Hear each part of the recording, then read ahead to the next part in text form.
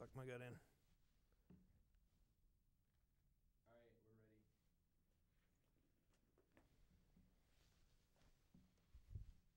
All right, we're rolling. Hello, everybody.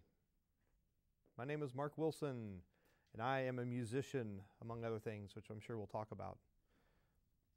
We have questions? Is that what we're doing today? Questions, answers? Can we do a little bit of intro? An intro, okay. How I I got into the business. Okay. It's a long story, but I'll try to keep it short because we don't want to spend forever hearing my background.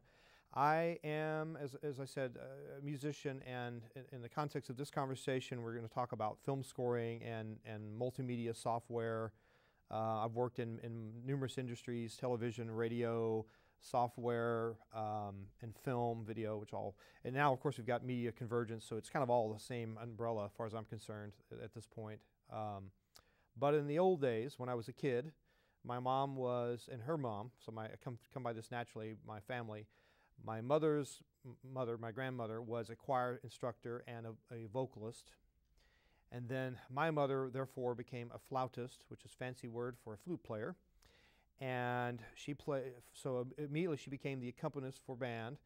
And then she got a vocal scholarship to Juilliard, which she turned down to get married or something goofy like that, and which, of course, crushed my grandmother. And so when I was born, I was naturally brought up in the musical household. And piano lessons at an early age, around 8 or 9 or so. When sixth grade hit, I trombone for band in elementary school, which I continued through middle school and high school. And then when I got out of high school, I always knew somewhere in the middle of high school in that period, or maybe even elementary school, the two areas of my life that I enjoyed were film. I love movies. I love music. So my thought was I want to do music for film, always in the back of my mind, whether I actually made a conscious decision to say that's what I want to do or not. Another area that I enjoyed was magic as well, which I'll probably mention again later. So I learned to play a little bit of guitar. I took some guitar lessons in band in high school.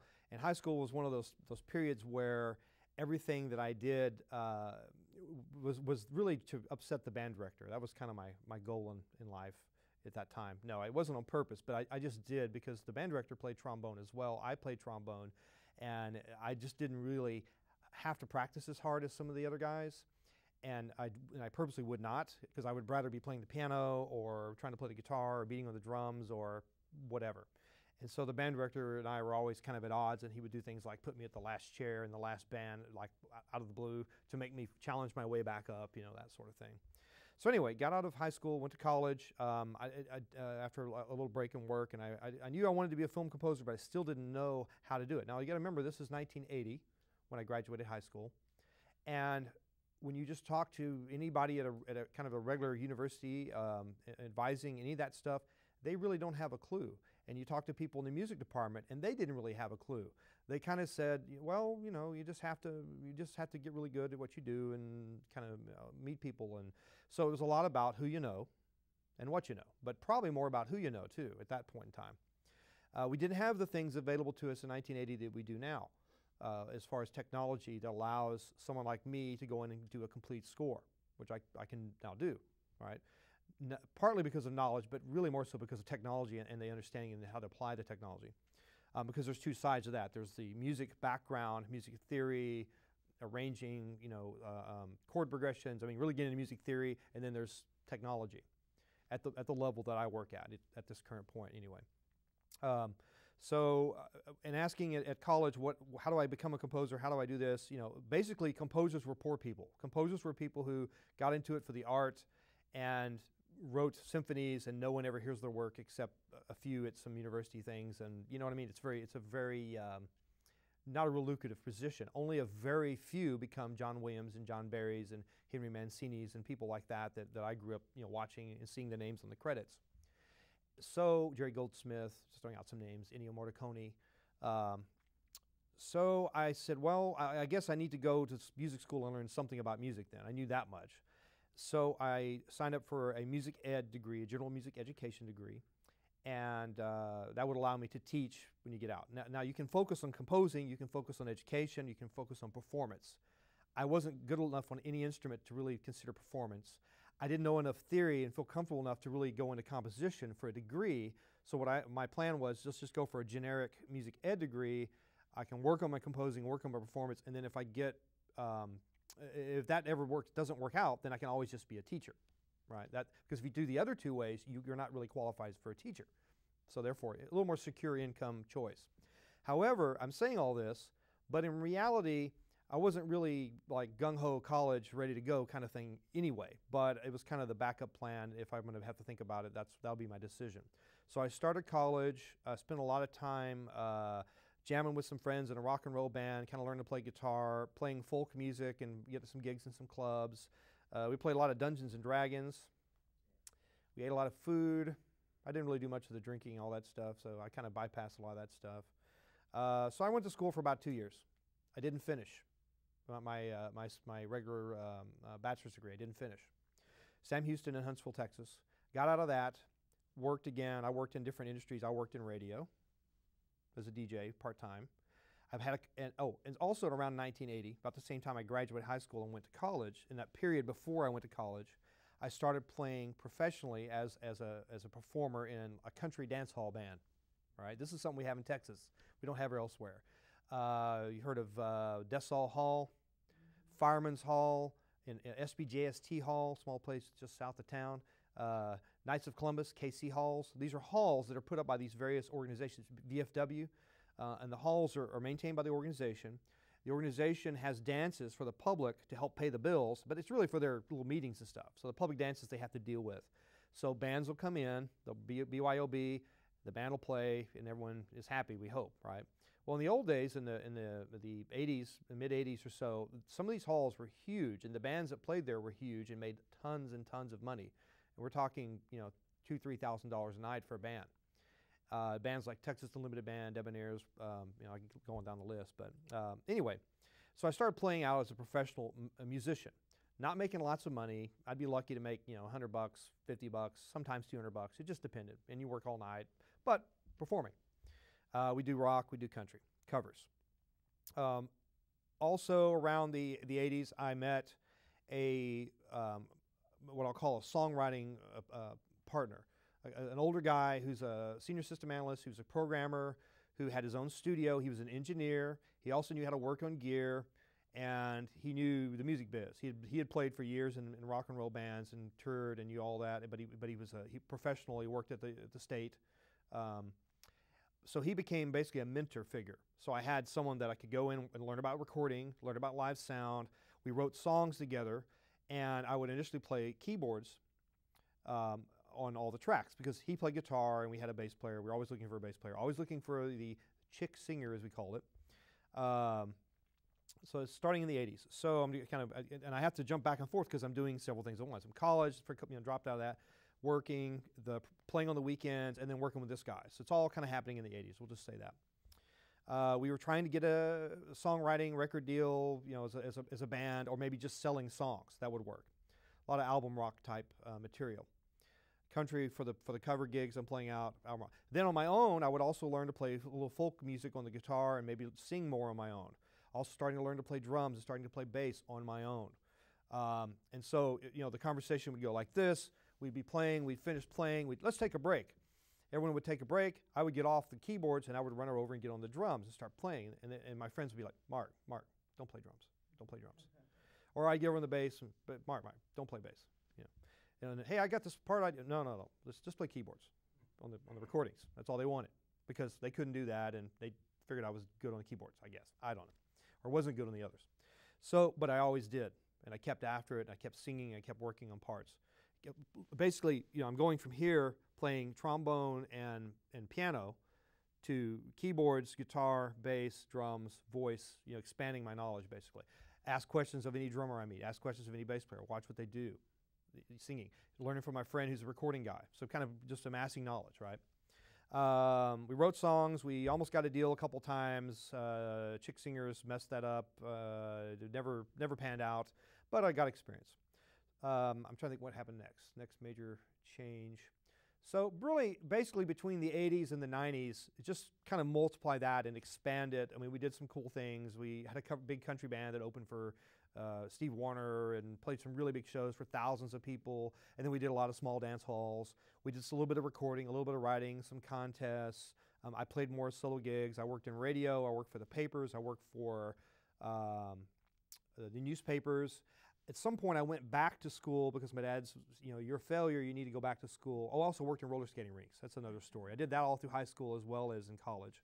So I skate on the quads, and I did all the, played all the disco and, all that stuff, and rock and roll, speed skating, whatever.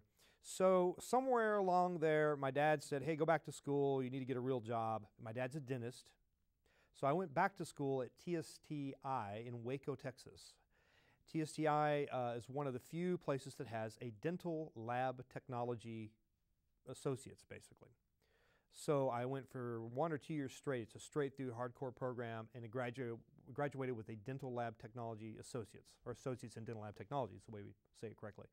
And so now I was qualified to go out and create crowns, bridges, things like that, working in a dental lab.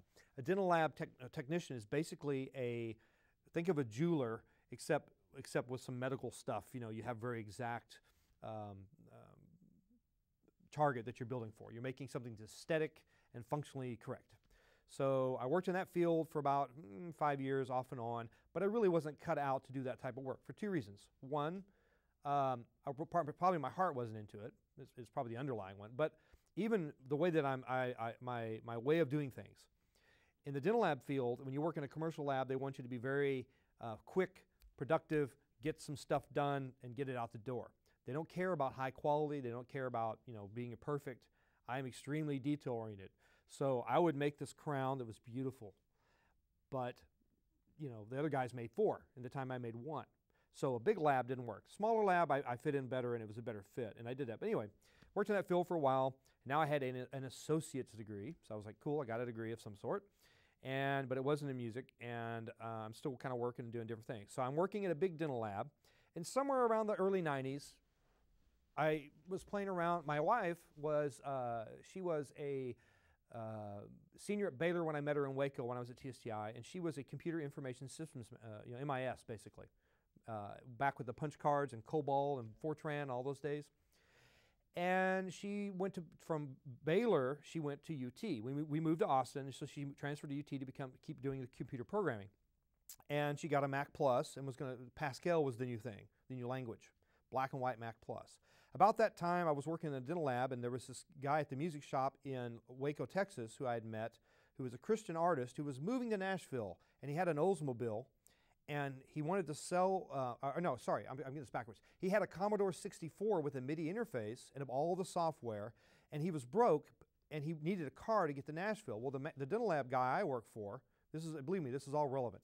The dental lab guy I work for had his daughter's car, this Oldsmobile with bald tires, that he was going to sell for $300, $350. So I arranged this deal where my boss would give the car to the guy, the Christian artist, so he could trade me the Commodore and the software, which he wanted to sell for around $350, and he would take the car, and then I would pay off my boss, and we'd all even up. So that's what we did. I got the software and the computer, he got the car, off he went, and I started playing with computers and MIDI. MIDI is a musical instrument digital interface. It allows you to take a keyboard and hook one keyboard to another keyboard and have you play one and get the sounds out of the second, right? The most basic form. It's a communications protocol. Secondarily, you hook it to a computer, and now you can play those notes, those on-off events and velocity events, capture them in the software, and then send them back out, edit them, whatever, and do other things with them, manipulate them, which is the foundation of what I do today, the modern technology. Old technology is still relevant today.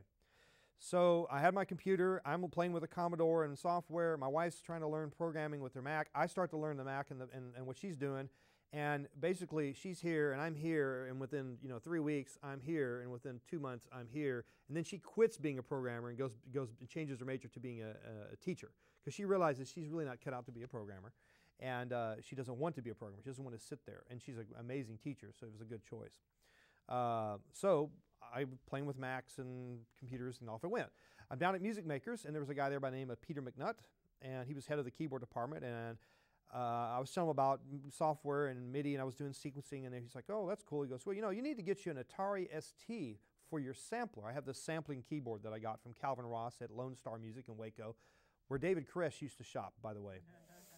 Yeah, he'd come in there all the time.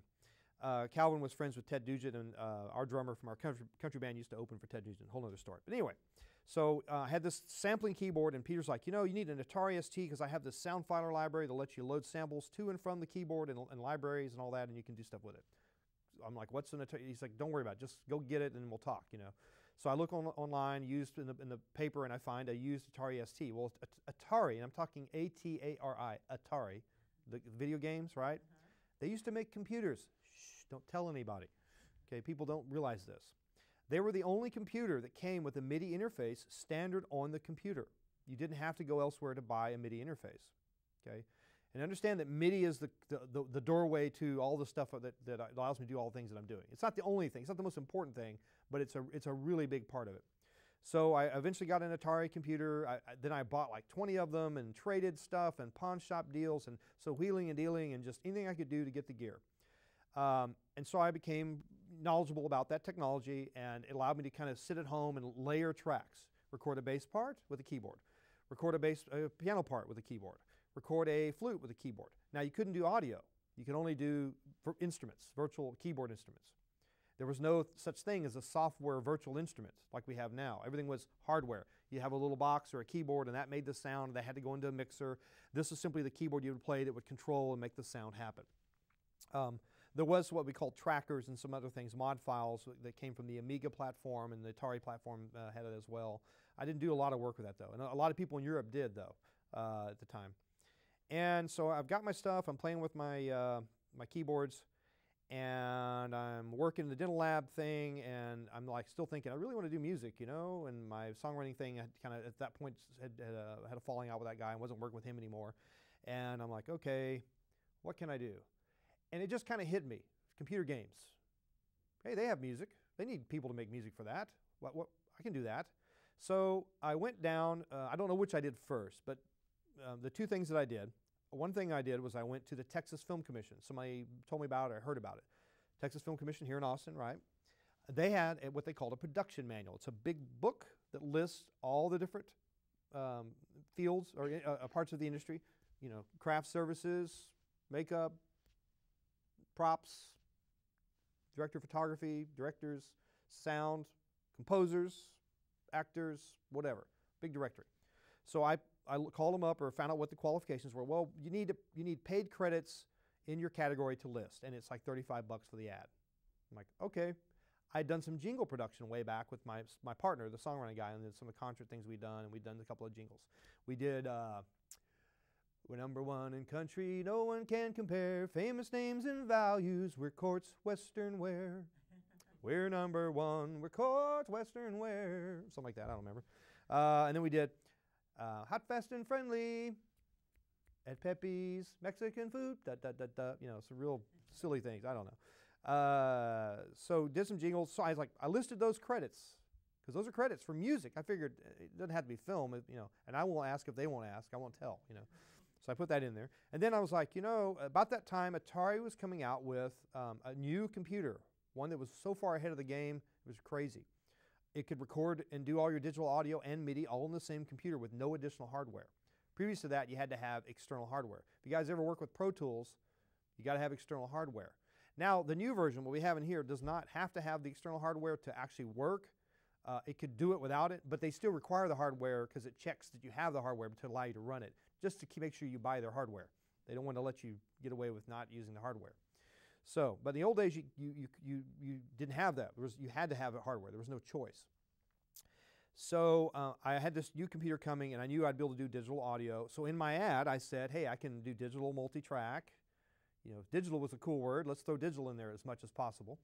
And I also knew that I personally, as a musician, because I played all these instruments now at some level, not very good, but at a basic level, and because I had listened to all different styles of music, I knew that I could create music in many styles. So I wrote, hey, I can do music of all styles. Here's my credits, and I can do digital, and that was my ad. And I paid my $35, and then nothing happened, right away. I just had an ad and a thing. So cool. So the next thing I did was I went to Origin Systems. Richard Garriott, Origin Systems. You guys know about them? Wing Commander. Right? That was one of the biggest games, you know, of the I guess the early 90s. Maybe before the early 90s. Huge company. They were bought by Entertainment Arts. Richard Garriott. And later on, he did NCSoft and some of the games from there, and Tabula Rasa, which is a game that sort of had a kind of a bad reception apparently.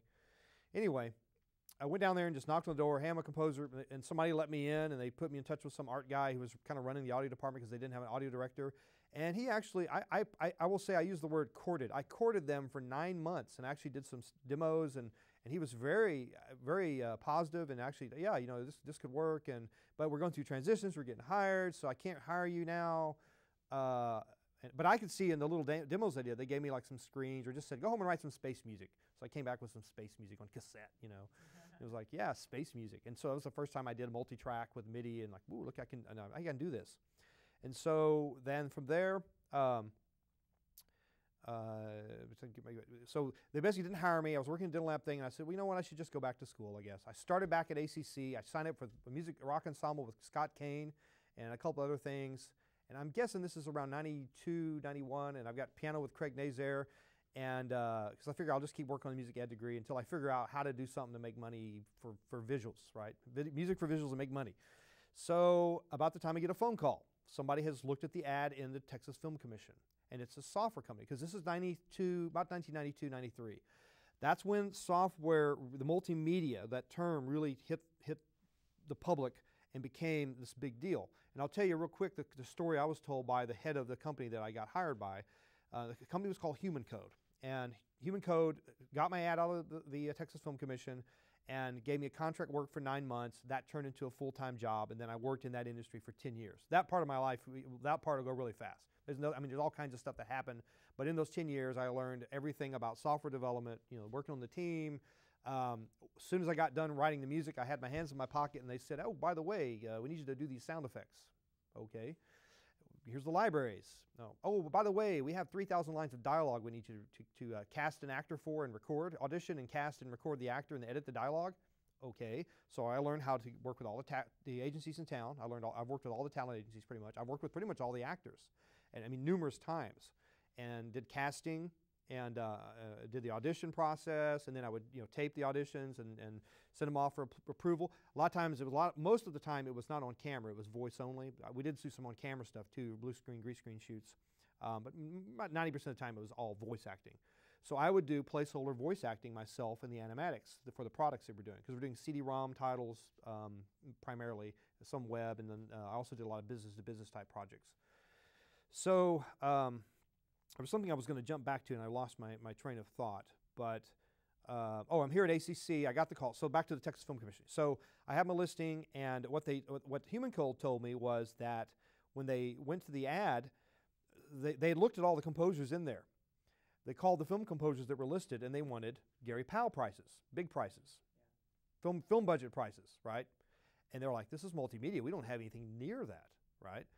And so then they looked at the people that had, the beginners, they had no credits, and they couldn't do it. They saw my name under film composer with basically no credits, and they could see enough through the BS to go, he really doesn't have any film credits. Let's call that guy. So they called me, and I did a sample piece. They gave me a piece of the book. They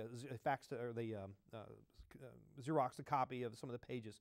And it's a book called The Cartoon History of the Universe. You can't find this title. It's not published anymore. But it's a book by Larry Gonick called The Cartoon History of the Universe. It's this great volume of black and white panels.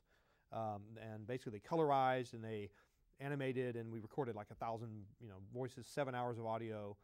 And but anyway, I did a piece or two, submitted that on DAT tape, went down and rented a DAT tape machine from the audio place, and they called me the next day and said, yeah, this is great. We can see that it's going to work.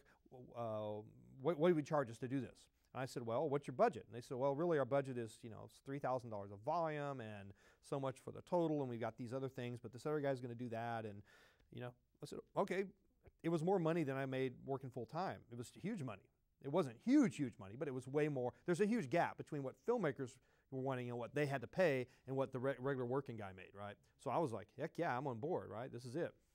So I quit ACC, talked to Scott Kane. What do you think? He's like, dude, this is what people are here for. Go for it. I was like, okay. So I quit. Dropped out of school. Went to work immediately. I didn't give them 2 weeks notice at the dental lab. Darn. Sorry, got to go. I'm already 2 weeks behind. Stuff's due in 3. And so I was in a 2-bedroom apartment or 1-bedroom apartment with our bedroom in the living room and my studio in the bedroom, right? Went and bought a couple of keyboards, with the first check they gave me. I worked with what I had. I think I bought one used piece of gear, worked with what I had. And as soon as I got my first check, I went and bought a big weighted controller, and I bought a computer from Atari, this Atari Falcon, which is a special computer I'm telling you about. They'll let me do digital audio. And did the whole title. And then 9 months later, they expanded, and they offered me a full-time job. And I did it like one other contract project. And so again, 10 years working that business, and that's kind of how I got into it. And then during that 10 years, because now I became the expert in that field in 10 years basically, I was contracting people, and I contracted a guy by the name of Francis Prev, who is an instructor we have over at CMM right now. And he is like a synthesis genius, and he's the Ableton guy. There's a program called Ableton Live, and he is the head guy for that program. I mean, I'd say like in the world, he's one of the top users of it anyway. And he's written plugins for it and that sort of thing. Well, I contacted him to do music for projects that I didn't have time to do that I thought he would be a better fit for. And so I met him, and he told me, hey, I'm teaching at ACC. Why don't you come teach at ACC? So I teach in CMM and RTF currently. And so while I was working at Human Code, about 3 or 4 years of that, or maybe 6 years of that, I was teaching part-time at ACC. Just throwing that in so you understand the transition. Up till 2002, the software industry tanked. Garden.com, all this stuff. Let's ship big bags of fertilizer through the mail. We'll make money. Business models like that started to kind of crap out. People were going, hey, where's the real money? And they pulled their funding, and a lot of people closed down. And so the software industry crashed. And we were acquired in a stock purchase deal. And then 9 months later, they closed their doors and got rid of everybody, basically finished the project. So we all got laid off. So I was teaching at ACC, and then so at that point, I shifted gears to freelance back to film, which is what I always wanted to do. Now I'm doing the same job. I've been doing it for years, but I still haven't really done film. I haven't done a feature film yet. I thought I was going to start one a couple of months ago. It hasn't happened yet, and I don't know if it's going to. But I'm doing short films, and I'm doing contests, and I'm making connections, and I'm doing a lot of really cool stuff, and some fairly high-profile stuff, which I can talk about later if you guys want to know. But I'd say that covers kind of a quick. I mean, it's a long version, but that's about as quick as I can tell the story and kind of get there.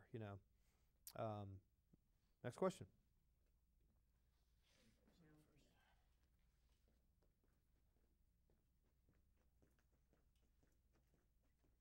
I've got to get to the mic. Yes. Yeah.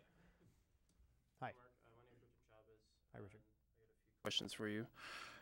First, does the Texas Music Commission work primarily with independent projects, or is it more all right, big ones? There's two organizations too. There's the Texas Film Commission and the Texas Music Commission. Okay, and the Texas Music Commission tends to focus more on things not for film. Let's just put it that way. Okay. So it's more about recording studios and anything in the music industry. And I personally have less knowledge about and less interest in the Texas Music Commission than I do the Texas Film Commission. Because the Texas Film Commission is about filmmakers. And filmmakers are the ones that are going to hire me. Texas music is about musicians, and musicians aren't going to hire me. They want to get a gig.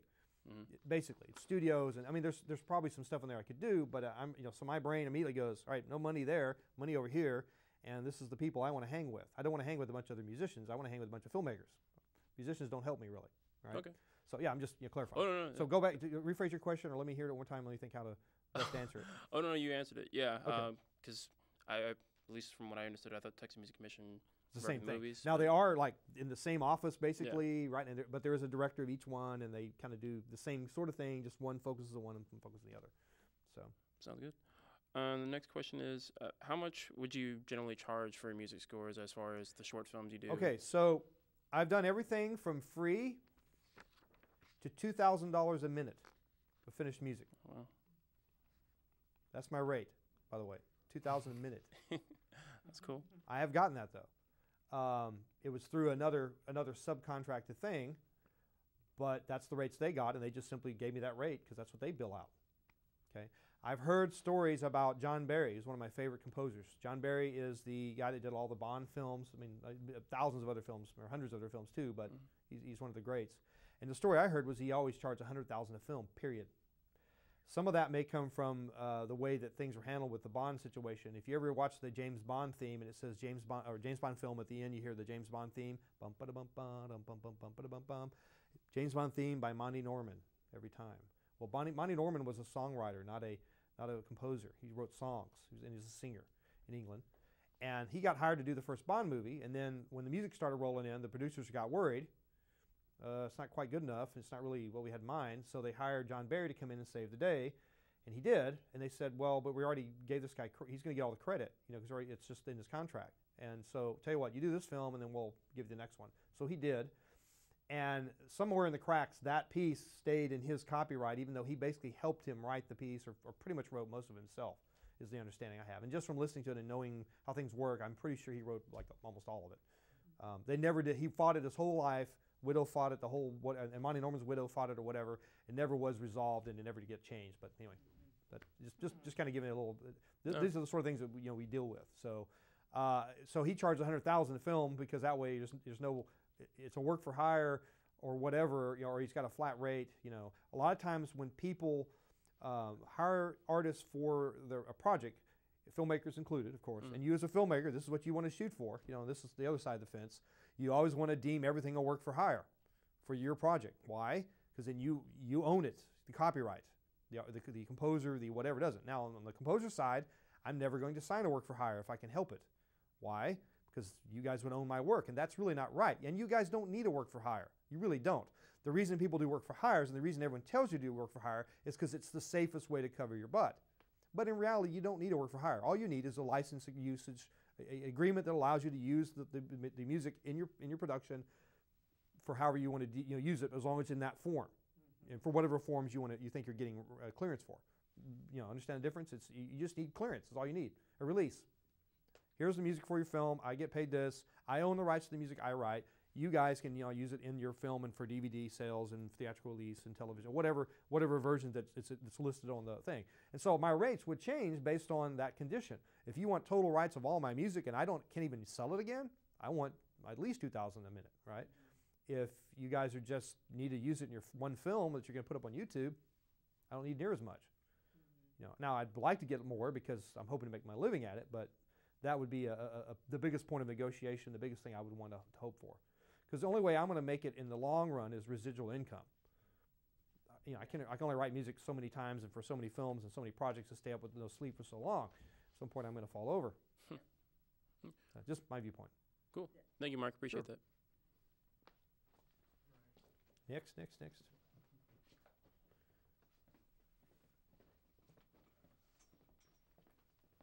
Hello. Hi. Sonny Clark. Hi, Sonny. I wanted to ask you, I've noticed more and more mainstream artists scoring movies like Trent Reznor and The Social Network. Sure. Aphex Twin and the new Tron movie. Daft Punk, that's what I meant. My bad. Same thing with the game industry. Yeah, what are your thoughts on that? Well, I mean, it's just an evolution, the way I look at it. In the old days, it was, as I said, the film composers were these very select few who charged really high dollar and top dollar to do it, because the only way to get a score back then was to work with an army of people, and you needed a full orchestra, right? Mm-hmm. Unless you were John Carpenter and you're doing it just with some keyboards, there really wasn't any middle ground. So I'm getting it was kind of like all classical or all jazz with a big band, a big orchestra, which meant arrangers, conductors, musicians, copyists to write all the parts out, composer to create all the stuff. And so you had your Mancinis and your John Williams and your, those kind of guys doing that sort of score. So there were a very few number running the show, so to speak. Quincy Jones, just throwing out some names there. And then we had the invention of the synthesizer, which meant now this guy could sit with one keyboard and do a score in multi-track. Mm-hmm. And we're all led to expectations. When you watch a movie, you kind of wanted to hear something grand, right?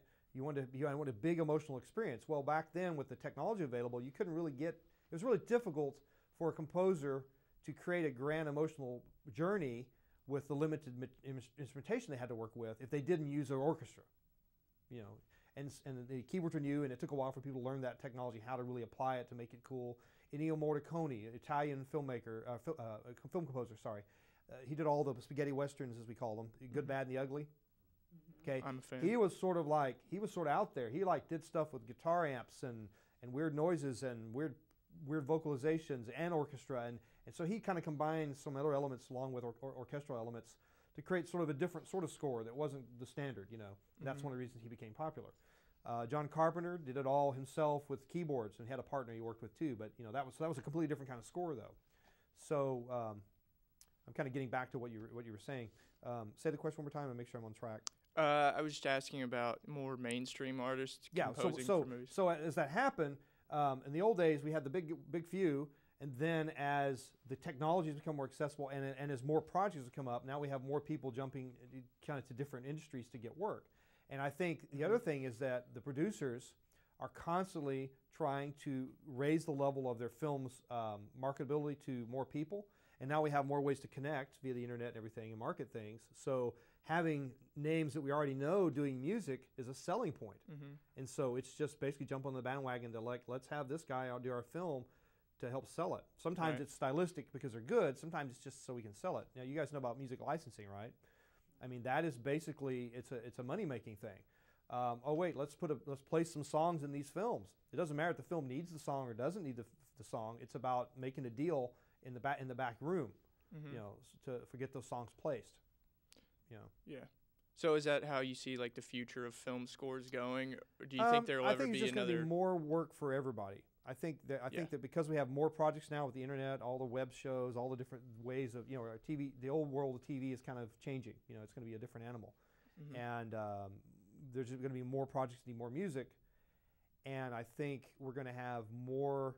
Just the technology is more accessible. It's a lot easier for any one of you guys to get into making music with less knowledge. It's true, and this is the good news, and the bad news is that it's a lot easier for you guys to make music with less knowledge. It's the bad news. And the truth is, and this is from experience, I've seen this, the generic kind of everyday producer and the filmmaker doesn't really care if the music's here or here. Here's the line. My friend, my mentor, the guy I worked with way back in the 80s, he called it the line. We're watching the Stevie Nicks video. Just like a white-winged dove, she sings a song of sound, she's singing. They got this guy, if you ever see her guitarist from that area, he's got this long frizzy hair and he's this rocking guy. And he's like, that guy, he's above the line, barely. Here's the line, he's just barely over the line. Now, Van Halen, he's above the line, but he's up here, you know. But this guy's, he's above the line.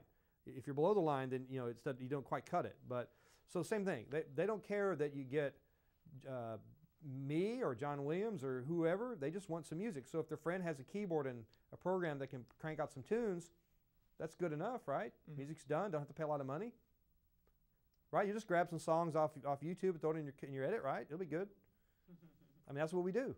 And so I think it's the wrong approach totally, of course, being a composer guy, but you know, and I've been dealing with some different people in various projects, and I'm not talking about just the stuff we've been talking about. Some of the projects I've been working on where the filmmakers I've done every film this guy's done, and he wanted to get this band that he likes because he's starting to get up in the world, so to speak. And he's like, I want to get this band I like because you know, I'm a filmmaker and it's cool to get the band I like. So I'll call him up and I'm making this pretty cool movie. It's got $50,000 budget. It's got Keira O'Donnell in it. It's got Jess Wexler, and I'm going to get this band. And the band's like, they gave him the big time thing. They gave him well, our music's worth, you know, X amount. And he's like, well, there's no money for this. This is a trailer, you know. And so he was sort of like freaked out that they just blew him off. And so I was there on the sidelines going, I can do a copy if you want. And he's like, you can? I'm like, yeah, kind of a knockoff, you know, not a copy, but in the style of, right? So I did.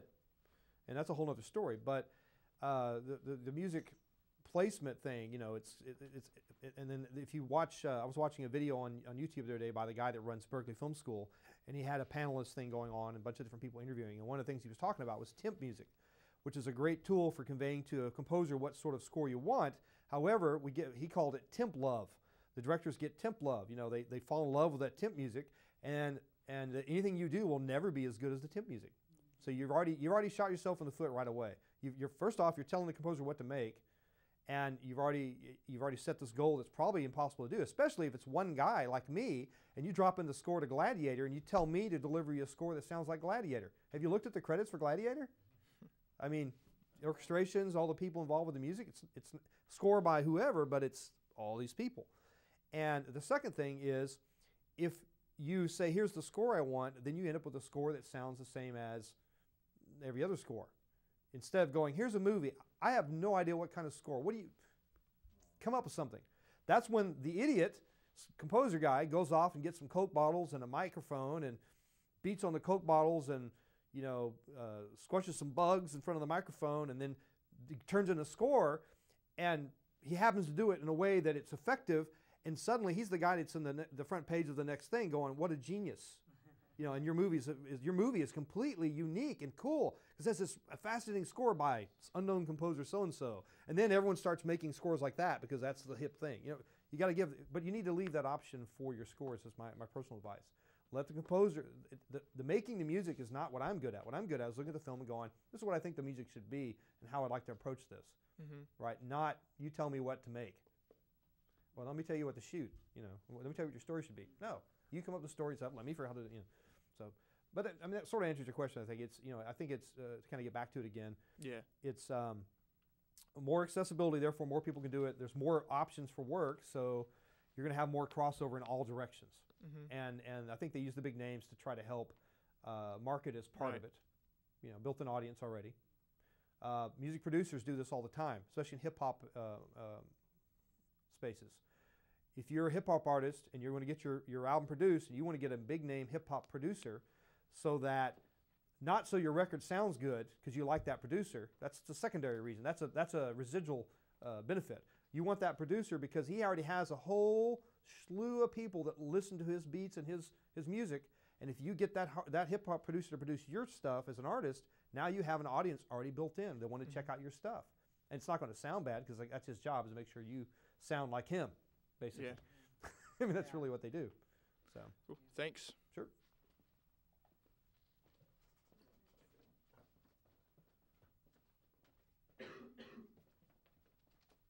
Hello. Hello. Craig Newsom. Craig, nice to meet you.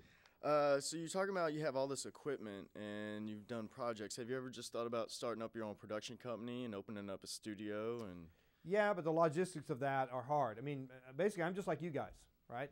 You guys are going to school. You got to pay your bills. Maybe some of you have a little help from the parents still. Maybe you don't. I don't really at this point. And so I have to get through each month and pay my bills. I have 2 kids, wife, big house. We've got a guy with cancer who lives with us that we're taking care of, junky cars. And then to make matters worse, not only am I a producer with a studio with computers, Mac and PC, RAM, hard drives, I'm also a videographer. I play, and as a music guy, I play guitar, bass, drums, violin. So I need violin strings, bow setup, a new bow, the bridge setup. I need, my bass right now doesn't work.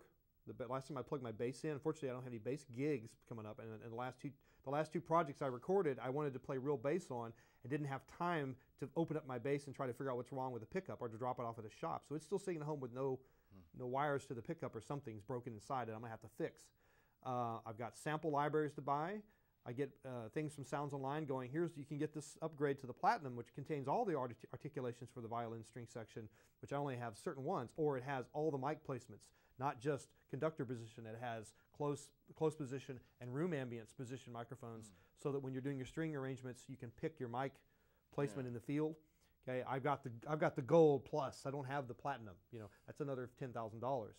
I don't have, so see where I'm going with this? Yeah, I have all these areas, and then on top of that, I'm a magician because I make money when I gig, but if I could buy some more magic stuff, that'd be cool. I have a prop I'm paying $800 for right now that lets me float in the air that I haven't paid any money on yet because A, the girl hasn't sent me her parents' PayPal address, and B, I haven't really I only have $200 set aside to pay her on it right now. Right. So I'm trying to live month to month, and so until I get to the point where enough work is coming in that I could even entertain the idea of starting a production company. Right. So I have to, and I have my teaching gig, which is right now a large portion of my income, depending on the month. Again, some months, it takes everything. It takes my teaching. It takes all the side gigs I can do. I'm helping an actress right now, Bernadette Nason. She was in Miss Congeniality. I'm helping her do her her YouTube videos with just a little quick clip out of some. She brought me some videos on DVD. I ripped them off DVD with Mac the Ripper, and I'm doing a quick fade in, fade out, a little bumper in the front with her name and title and contact information, and we're putting them up on YouTube. And I'm doing that for a little bit of money, not much, because she's an actress. She's not wealthy, but she's trying to get her thing going, and I'm trying to help her.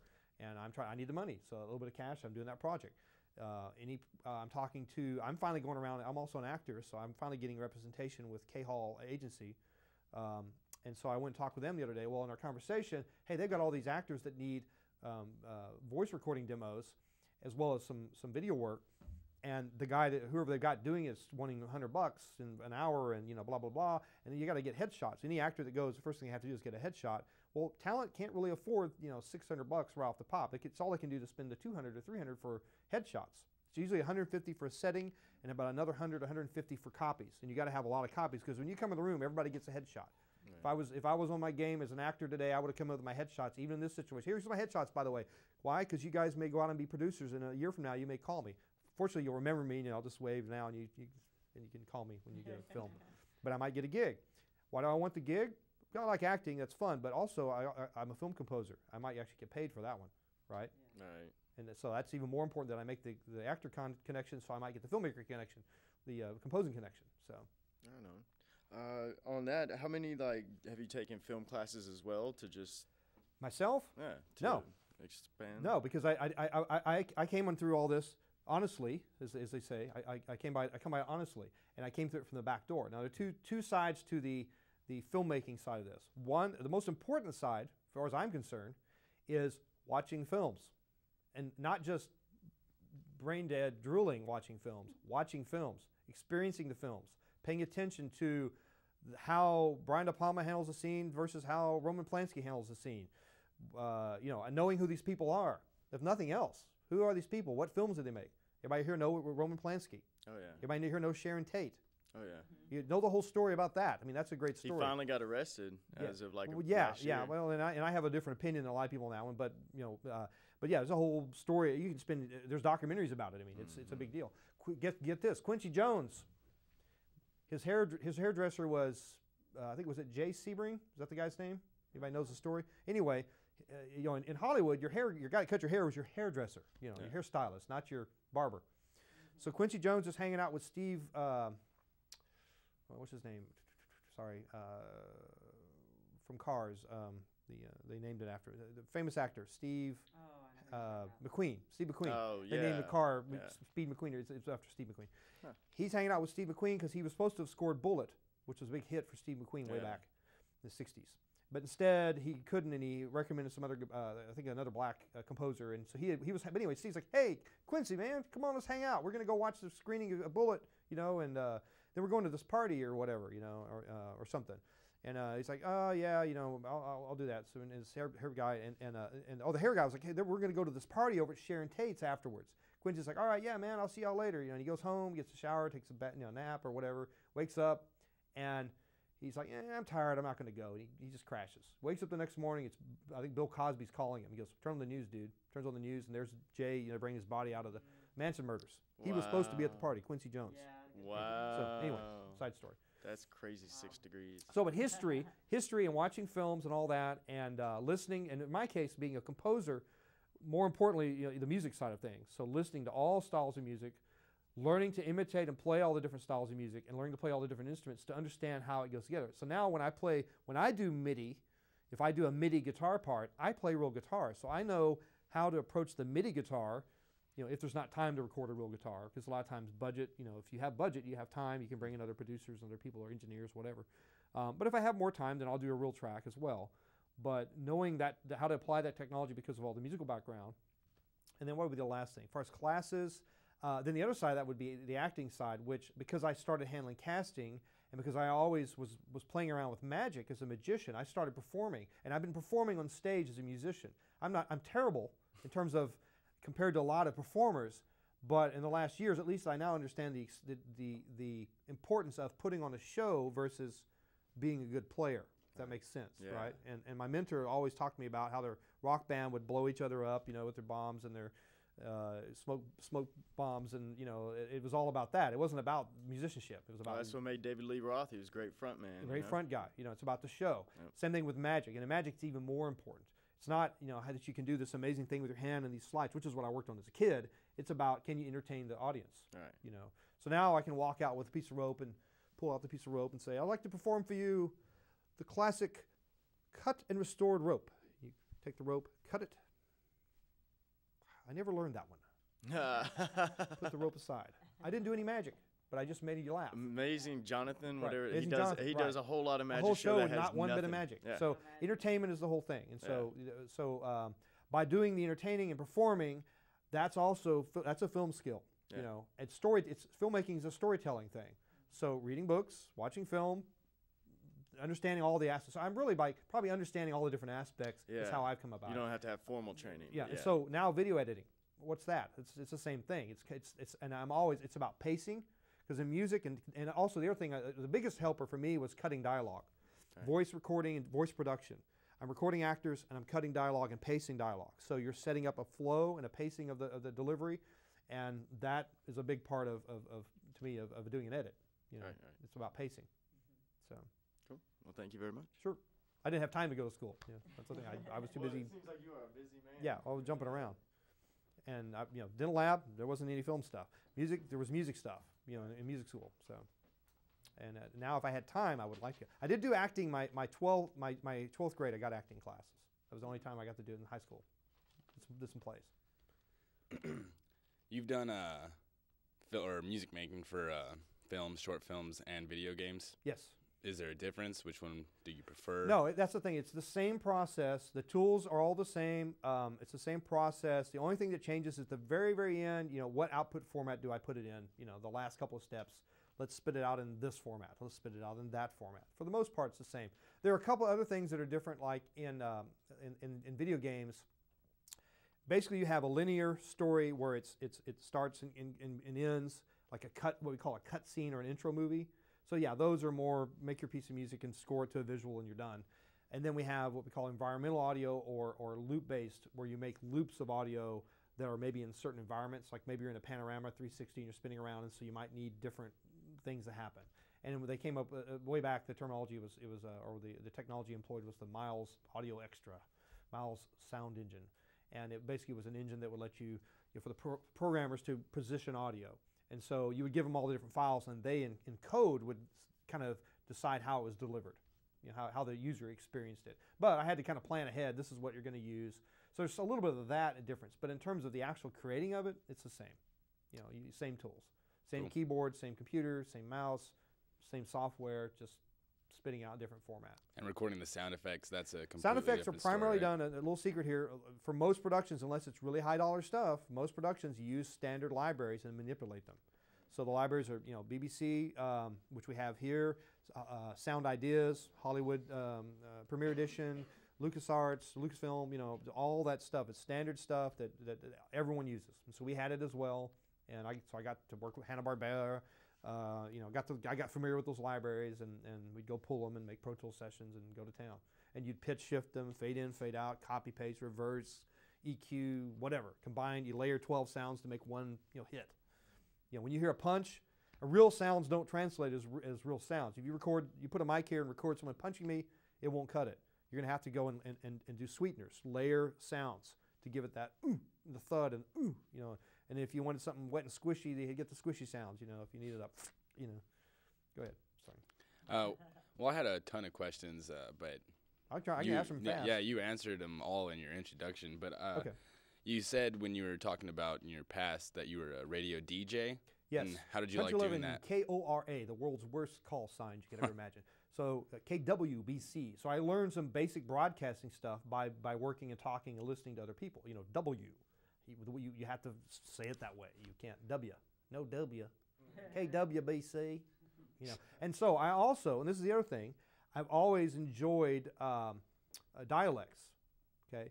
And so I worked. And give me your question so I stay on track with it again about the broadcasting. Just what did you like about What being a about DJ? broadcasting? So yeah, I can tell you my little story. So I was playing in a country band in the dance hall, and I knew the guitarist from the Texas Unlimited band, and he was telling me that he was working in Navasota, as a DJ for this really old station that owned the newspaper and the radio station.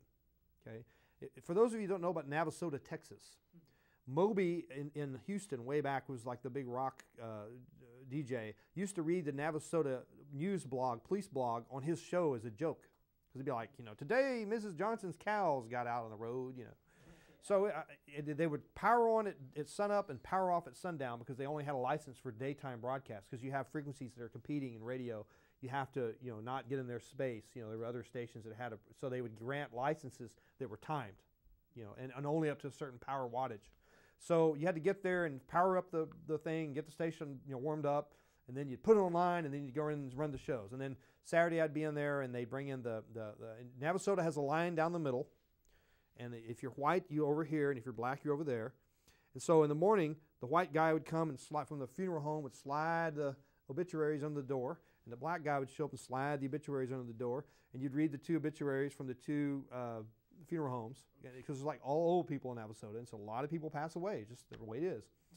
And but anyway, I learned some basic DJ stuff. I ran shows. The guy would be in the other studio, and I started doing spots. They would give me the copy, and it would be about Ace Value Hardware. Today we got hose for blah blah blah. So I started reading copy. This is before I went to work in the software business and was told to start casting and hiring voice talent. Okay, see, this is what I always explain to people. Is it's funny how so many things went wrong that ended up being right for me in that circumstance. And I still don't know yet in the bigger picture, was that a success or a failure? I don't know. But I know that had I not played all the other instruments and annoyed people and not been focused and not been really good at one instrument, because you're supposed to be the best and work at one instrument. My grandfather's told me this my whole life. Talk to any pro, be the best at your one instrument, right? Don't play 12 instruments halfway. Play one great. Not me. I played 12 okay, above the line. Same thing with the voice thing. I'm doing that. I'm reading copy. And so I started doing it in accents just to be, and the guy's like, yeah, he encouraged me. He's like, that's pretty cool. Yeah, go ahead. So I do it in a British accent. If I needed to read it that way, or Scottish, I would jump around and change the way that I speak. And so I got halfway decent at doing voice things. And then singing. When I sing, I still don't know what I sound like. I have no idea. Because all my singing has been by listening to other artists and mimicking them. In my mind anyway. Now I know in reality it doesn't sound exactly like them, but it changes. Unforgettable. That's one voice, right? I'm sailing away. That's another voice, well, excuse me, but I think you've got my chair. I mean, it jumps around. So I don't know how I sound yet when I record myself. Like if I wrote my own song, which I've done, I still don't really feel comfortable singing my own stuff because I don't know how to sing it. I'm always picturing someone in my mind. I'm trying to sound like this person. And that's something I'm trying to figure out still. Yeah, I play my own music, and that's something that I have a problem with, is I always try to sound like somebody else. Yeah, I always try to sound like somebody else. But thank you. You answered my questions, and I'm going to go sit down. Cool. How many more we got? We got one or two more? Just two? Oh, cool. We good on time? Awesome. Hello, Mark. Hector Garcia. Hi, Hector. Well, like you said, you answered so many questions. Like I had to come up with new questions. I had to come up with some new ones. Yeah, really.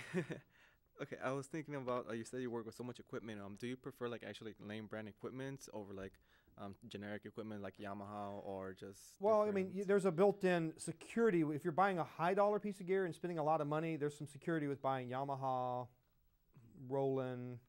Yamaha, I always like Yamaha. Just for longevity. It just depends. If there's a specific need, it's about what does the piece of gear do, and if that's the only one that does it, that's the one you buy. I mean, it doesn't matter. You buy it. But I buy tons of used gear.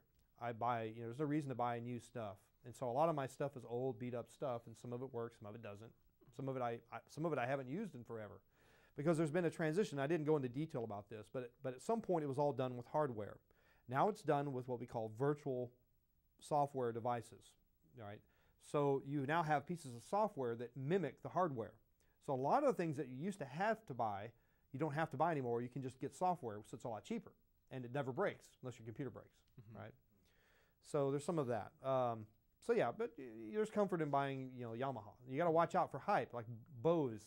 I wouldn't go off and buy Bose studio monitors because that's not really you know, the name is built up and we hear about it, but it's really not the best stuff for what that job. I would stick with JBL, you know, or Tannoy or K-Rock. I mean, I have names that I've become familiar with how they work. So Right. Okay. the bigger thing I'd say, and I'll expand on this, is because this is one of the things I like to tell people, is when you're buying gear, you go down to Guitar Center and they tell you, buy all this stuff. You need this. You need that. Your friends are always telling you, you need this. You need to buy, you know, Pro Tools. You need to buy whatever. And you need to know what the stuff does. You need to really understand what it's going to do, and you need to know exactly how you're going to incorporate it into your setup. Because you're buying all these tools that can work together, or you're buying a bunch of tools that sit there until you need them. And that's okay, but if it sits there all the time and you never use it, there's no point of buying it. So unless it can incorporate into your studio, and you know exactly where I'm going to put it, how can I turn my chair and get to it where I can use it, you know, physically, where is it going to sit?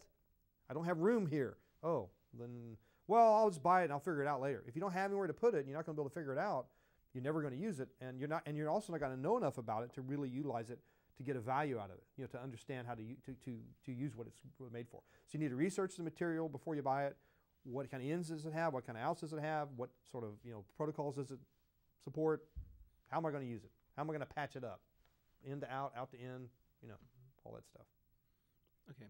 And the next question is, I guess since you have like, I guess so much experience with music, what do you actually like listen to in the car? Like, what kind of music would you listen to just to relax instead of not work?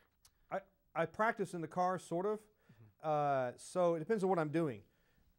I've got a gig in 2 weeks I've got an 80s cover band.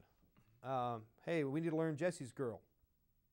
Okay, Jesse's Girl, cool. So I'll listen to Jesse's Girl in the car this week, and over and over, listening to how the parts are broken down. Listen to, you know, it's nice. There are two types of listening, right? We have analytical and what's the other one? It's been a while since I've taught out of a textbook. Critical listening and analytical listening. Okay, analytical listening is like, let's just take the whole thing in and check it out. Is there anything feel? How's it feel? Does it feel good? Yeah, it feels good. The mix is good. Critical listening is like, wait, let's listen to that bass drum. Is it squeaking? So in this case, I'm critically listening to parts, guitar parts. Are there two parts? What is the other guitarist going to do? What am I going to do? Because that's kind of what I do in the 80s band. I kind of break out the music direction, right? You know, hey, play this, and I'll play this. You know, you guys know Richie. I play with Richie.